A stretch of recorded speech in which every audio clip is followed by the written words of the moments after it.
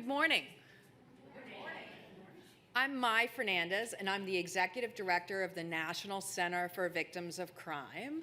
And I want to thank all of you who are here in person, but also all of you who have joined us by live streaming.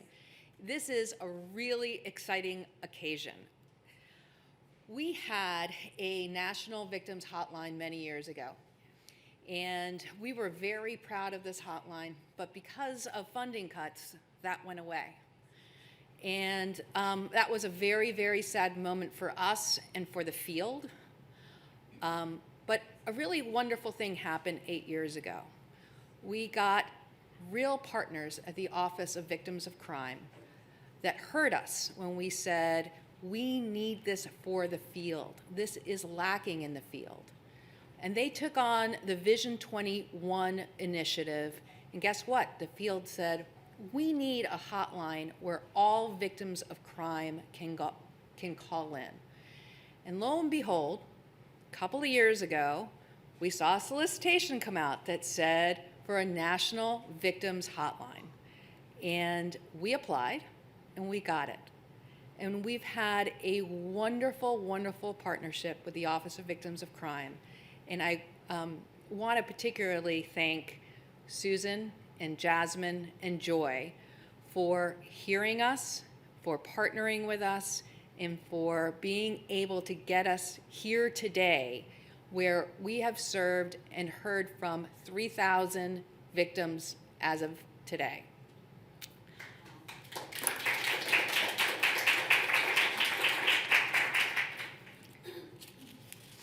I also want to thank Google. Now, these are amazing facilities.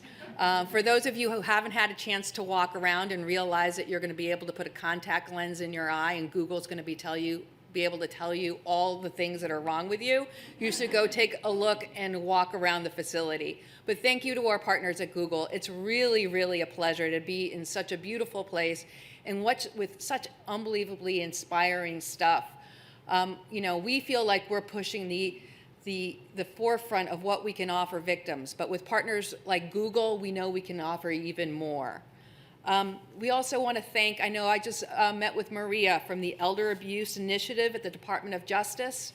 They've helped us get a dedicated operator that will deal exclusively with issues of elder abuse. And that has been a tremendous help and a tremendous resource to really some of the most vulnerable individuals out in the world.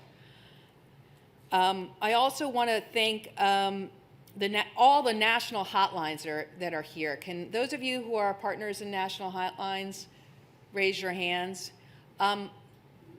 We've learned from you. We sit on your shoulders. So many of you helped us put this together when we were like, we want to do it better than we did it last time. None of you hesitated to come forward and say, we're here to help, what can we do? And that's real partnership, and that's real dedication to helping victims out there. And I know that I thanked her before, but I want to thank Joy. She was really not just the author of Vision 21, but she had the forethought of, we need to put a strategy out there. And it wasn't just her strategy. She went to the field and she heard us. And she said, what do you need and how can we get it to us? So we got this hotline from it, but we also got so many more things. She was also the person that provided help to the military when they were dealing with the issue of sexual violence. She's helped with victims in Indian country. She's helped with individuals of color.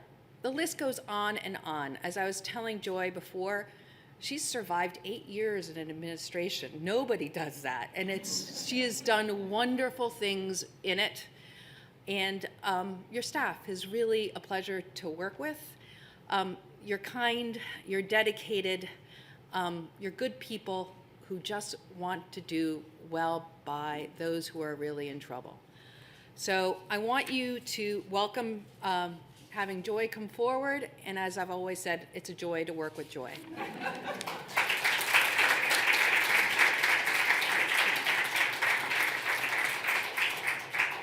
Well, I have to tell you, I don't recognize myself, and I will tell you everything that's been accomplished has been because we have partnered with the people in the Phil who have been doing this for so long, and some incredible staff at the Office for Victims of Crime and the national advocacy organizations. And I have to start out by saying I never thought that I would be standing here at Google announcing the launch of a hotline. And sometimes, you know, you just go where life takes you.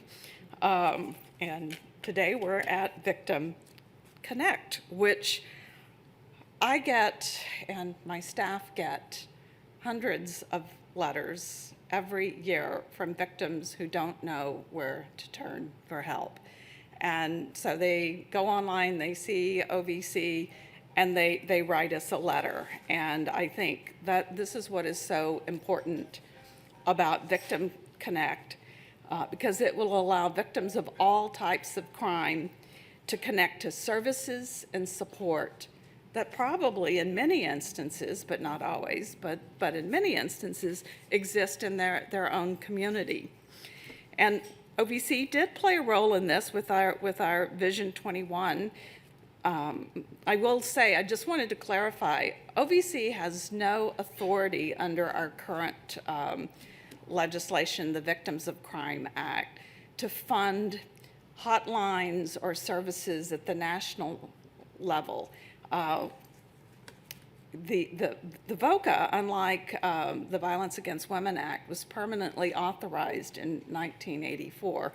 And guess what? It kind of reflects the reality of 1984. Now, we're doing some things with our rules and guidelines to help overcome this. But Vision 21 really was an attempt to identify what needs to change.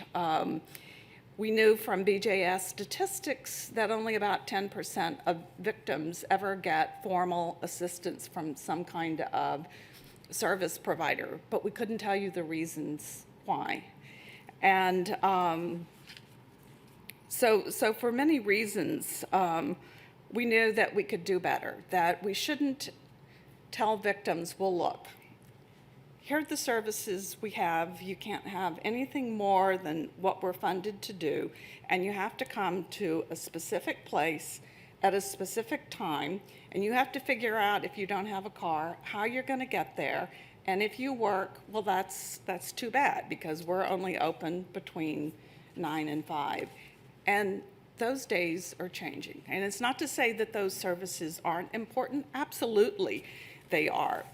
But service providers at all levels need more flexibility. And I think technology is what's going to get us to that point so that we can better serve victims. And what is really gratifying is to see the way that all the different hotlines are working together, talking about sharing platforms, really pushing some policy changes, such as being able to do a warm handoff of victims. And we're not there yet, but I have no doubt that this field working together is going to drive those changes. So Congress did appropriate funding, Vision 21 funding, in addition to our VOCA funding in 2014 and 2015, and with that, we were able to fund several hotlines, including the reestablishment of this one. And they did not provide Vision 21 funding this year. And so we were able to go to Congress and say, okay, but we would like to reprogram our funding. Again, OVC is limited by what our statute says we can or cannot do. And we heard a couple of weeks ago, or last week, that Congress did approve the Department of Justice's spend plan. The VOCA funding has been reprogrammed.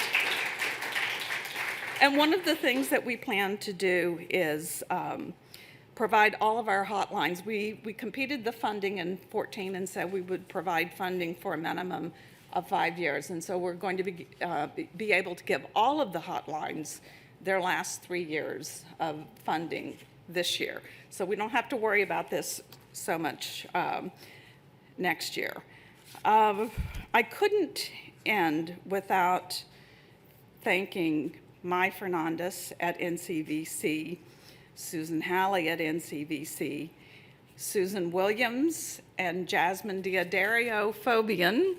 That just rolls off your mouth. Now, Jasmine is amazing. I think everybody that works with Jasmine finds her a delight. We were just talking on the way over this morning. She's been at OVC for 13 years, so I said she's now officially an old-timer at OVC.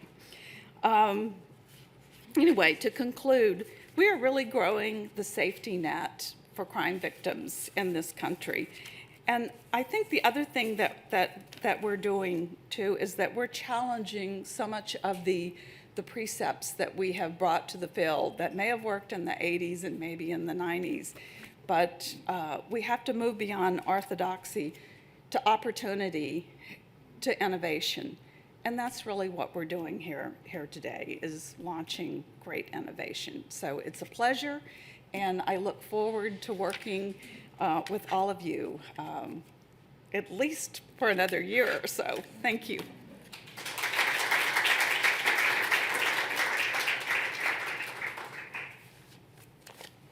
Thank you, Joy, and thanks to Congress. I'd like everybody from the National Center just to raise their hands for a second. We have so many National Center folks here today because all these people help put together the hotline that we'll show you today. I have a wonderful staff who's very dedicated and very talented and can figure out how to do things that I have no idea how to do, but they do, and they do it with grace and with true humility and with always doing the best for victims in mind. I'm going to introduce to you now the person who is very responsible, and I say very because so many folks here are responsible for putting this together. But Victoria Huffman came into our offices for her interview in her little blue suit and sat down and told us exactly how we were going to put together a national hotline. And she had it all planned out and knew exactly who we needed to contact and what we needed to do and how we needed to do, and a timeline. And she left the room, and all of us in the interview said, we got to get her. And we did. And I just want to say a great thank you to Victoria for having done such an excellent job and doing it while pregnant. And we told her that she couldn't have the baby till this launch was done. So with that, Victoria.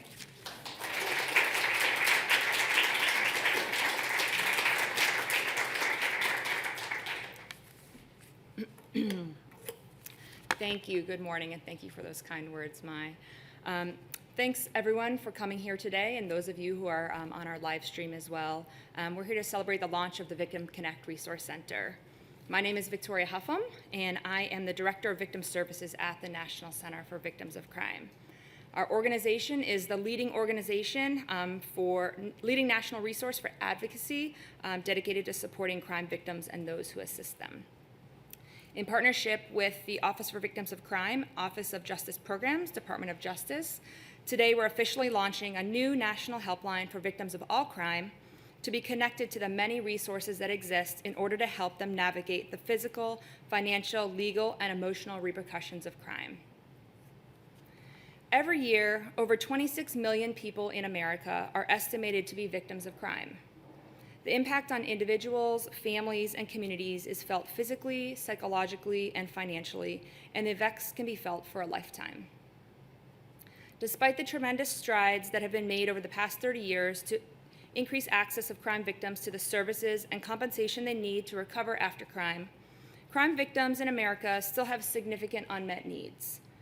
In its Vision 21, Transforming Victim Services final report, the Office for Victims of Crime, Department of Justice, found that millions of crime victims never benefit from victim support services or receive direct assistance from a victim support agency. Among its many goals, Vision 21 aims to ensure that, quote, all crime victims in the 21st century can readily access a seamless continuum of evidence-based services and support that will allow them to begin physical, emotional, and financial recovery. In the aftermath of crime, victims need information, emotional support, and financial resources. An ongoing challenge for connecting victims to the services they need is that local victim service providers may not have adequate resources to reach out to victims to make their services known. Meanwhile, many areas in this country, such as rural communities and tribal lands, lack the resources necessary to support victims of all types of crime, making a nationally available service critical to bridging these services and referral gaps. VictimConnect aims to address these needs and ensure that all victims of crime know that help is available for them. Our role with the Helpline is to find out how we can best help each individual who connects us. We provide emotional support and assist victims in learning what concrete resources are available to them. We do not make any decisions for people, but instead work with them to develop a customized plan. Let me paint a picture of what this looks like. Recently, a woman called the Helpline expressing fear and frustration from being stalked by a former partner. The caller was scared, but didn't feel that she was a crime victim because she had not experienced any physical abuse by her ex.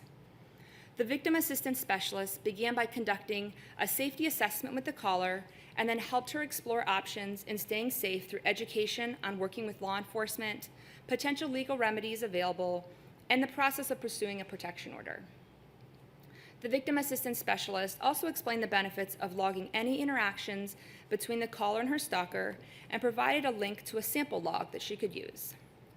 The victim assistance specialist and the victim then brainstormed a personalized safety plan so the victim and the family felt safe in their own home. Many cities have crime-specific phone hotlines for victims, such as sexual assault or domestic violence. But few have all crime victim helplines like this one. We're proud to take the lead in two significant areas. First, the VictimConnect Resource Center combines phone, text, and online chat so that victims can now receive help in the way that is safest for them and makes them the most comfortable. Second, VictimConnect provides the same services to victims of all crimes, including crimes with historically fewer resources or attention, such as elder abuse, stalking, and financial crimes.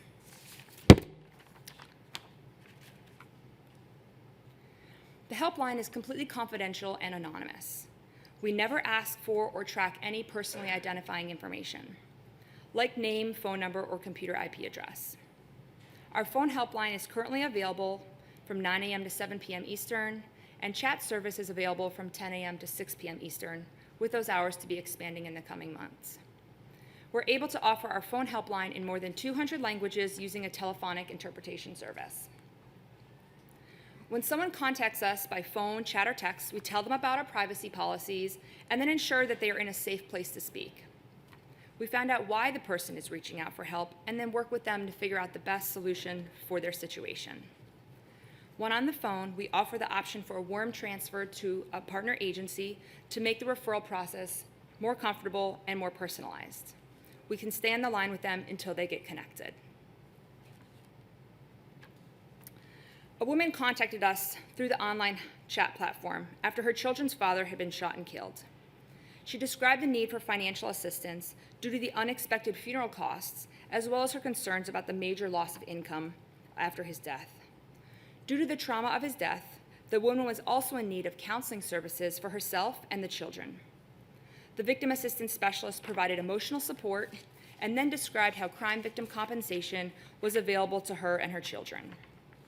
The woman was not aware that crime victims' compensation existed and could be a source of support for her family after the murder. The victim assistance specialist shared how the funding often assists with burial assistance, loss of wages, and counseling fees, and passed along the contact information for the compensation program in the woman's state. A description on how to find local counseling referrals, including links, was also sent to the woman during the chat. The woman expressed her thanks and gratitude for the support during this very difficult time that she and her children were experiencing. If it's not clear through these examples, I want to reinforce for you today that our victim assistance specialists are making a significant impact on the lives of crime victims around the country.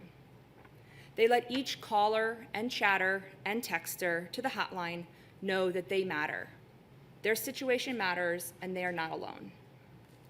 Together, we're breaking down barriers by making sure that no one who experiences crime has to struggle through the aftermath alone.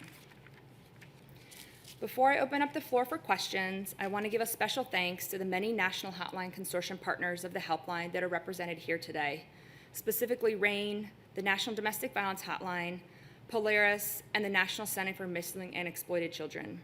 Thank you for being here with us. I'm now happy to answer any questions from the audience.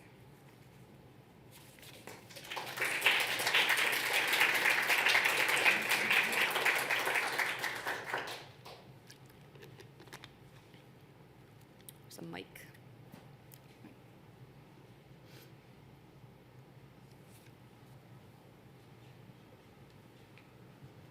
What was the training like for the victim assistance specialists in their new role?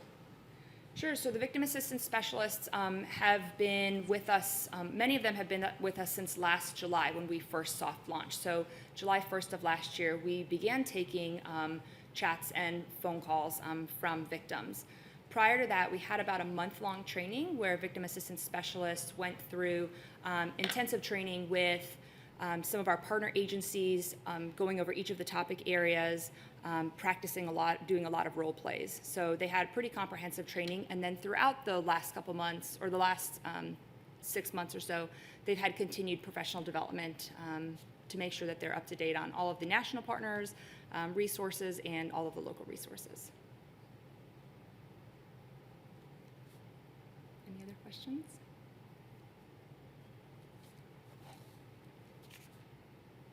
So what do you see the future challenges to be in terms of keeping the hotline going and making sure that you're keeping up to date with resources and so forth? Sure. So I think one of the blessings and curses about this is that it is for all crime victims, and we want to make sure that we're always providing the most up-to-date and accurate information for victims. So that's something where some hotlines you're focused on one area, but because we have so many, we want to stay up to date. One of the things that we're doing is, as we're part of the National Hotline Consortium, is really partnering with all of the other leaders in the field. We are not trying to kind of be everything to everyone. We want to be the conduit to that information for victims. So that's, for us, the challenge is staying on top of everything, but because we have so many strong partners in this country on a national and local level, it makes it a little bit easier for us that they can do a lot of the work of building up ground resources, and then we can link directly to them.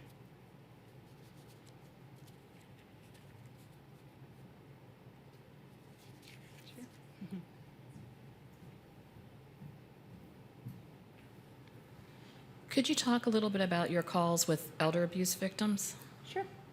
So we, as I mentioned, we're very fortunate to have funding and partnership with the Office for Victims of Crime, but we also are working with the Elder Abuse Initiative with the Department of Justice.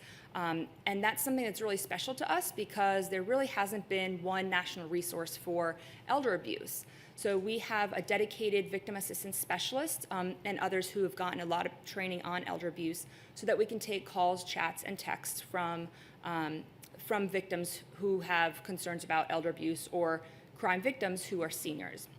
So that's a special program that we have. This is really exciting. That's part of our VictimConnect Resource Center. For the crimes that we're seeing for elder abuse, we do see quite a bit of family members who are abusing their older loved ones, as well as financial abuse. That's kind of the main thing that we're seeing in terms of our elder abuse callers is financial abuse by caregivers, as well as people in facilities that they are working with. So it's something that we are working on advertising more, is getting out there.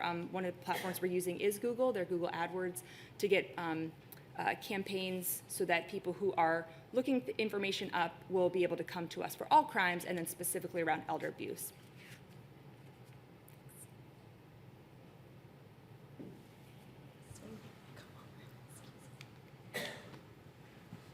So, what percent of your callers are calling on behalf of themselves, and what percent are calling because they're concerned about other people? It's a great question. So what we've seen so far in the about 3,000 calls that we've had, about 75 to 80% are the victims themselves. So it is the majority callers are victims. And then we see kind of a good handful from family members, maybe another 10% from family members. And then we have a number that are advocates, professionals who might be working with a client, who are trying to, maybe the person is relocating and they want to know about some resources in that new location, or they just want a little bit of technical assistance on working with someone that's maybe outside of their normal scope of work. I just wanted to find out about cyber crimes. Are you hearing from folks about that, and what particular ones are they raising, and are we prepared for that? Because it's kind of a new thing. Sure. So we certainly are seeing cyber crimes. It's a smaller percentage at this point in time. The main crimes that we're seeing are assault, homicide, stalking, domestic violence, and financial crimes, as well as elder abuse. So the cyber crimes are related to some of those in some. So we're seeing cyber crimes as it relates to stalking the most and intimate partner violence. So it's something that we're very aware of and trying to make sure that we have the resources for, but at this point it's a very small number of our callers, unless it's also tied to a stalking call.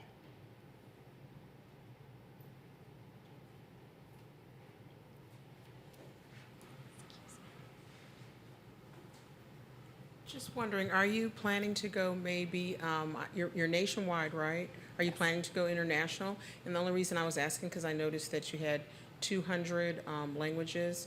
And if you do go international, there's agencies that can offer you up to 190 different languages, which I've seen at our call center that we're actually using more and more of those languages. So I was just wondering while sitting here, I wonder if they're going to go international. I think at this point we're planning to stay Nationwide? nationwide. Okay. That being said, we certainly have gotten calls from people who are international or where a crime happened internationally, and that's something, again, we're working with our partner agencies who have resources around the world. But at this point, I think we're pretty much planning to stay national. Thank you.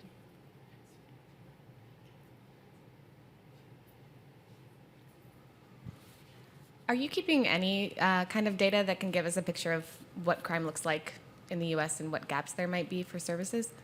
Sure. So that's one of the things that we're really most excited about, is being able to provide some information around trends that we're seeing around the country. One thing I did mention is we really don't capture any identifying information from somebody. So when they call, we don't capture their phone number or their IP address. So we don't have anything identifying. But we do keep track of very generalized demographic data, and it's something that we do have on our website is our statistics for each quarter that we'll be posting.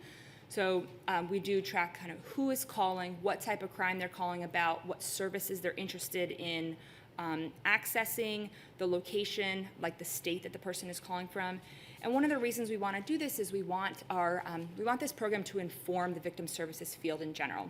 We have a lot of other staff besides just our victim services staff in our organization. So we want to be able to use this information to go to Congress, to go and say, this is what we're seeing as a trend in your state. This is something that we're seeing that's an emerging crime that we haven't heard a lot about. So we're tracking that information, but we're tracking it in a very generalized way so that we can inform the victim services field. But all of that is kind of going up on our website as we gather those statistics.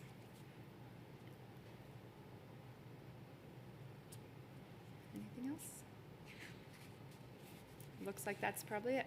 Well, thank you everyone very much for coming, and thank you to everyone who's joined us online. We really appreciate it. Thanks.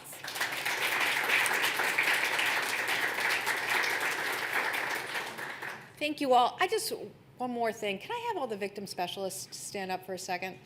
The folks taking the calls. These are the women who spend their day helping victims and making sure that all their needs are met. And I just want to say a special thanks to those of you who are here and those of you who may be in the office taking calls right now, and just to say, we couldn't do this without you. You do a very, very special job, and thank you.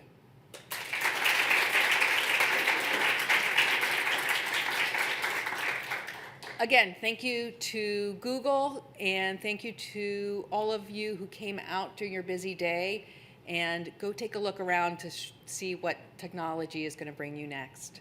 Thank you.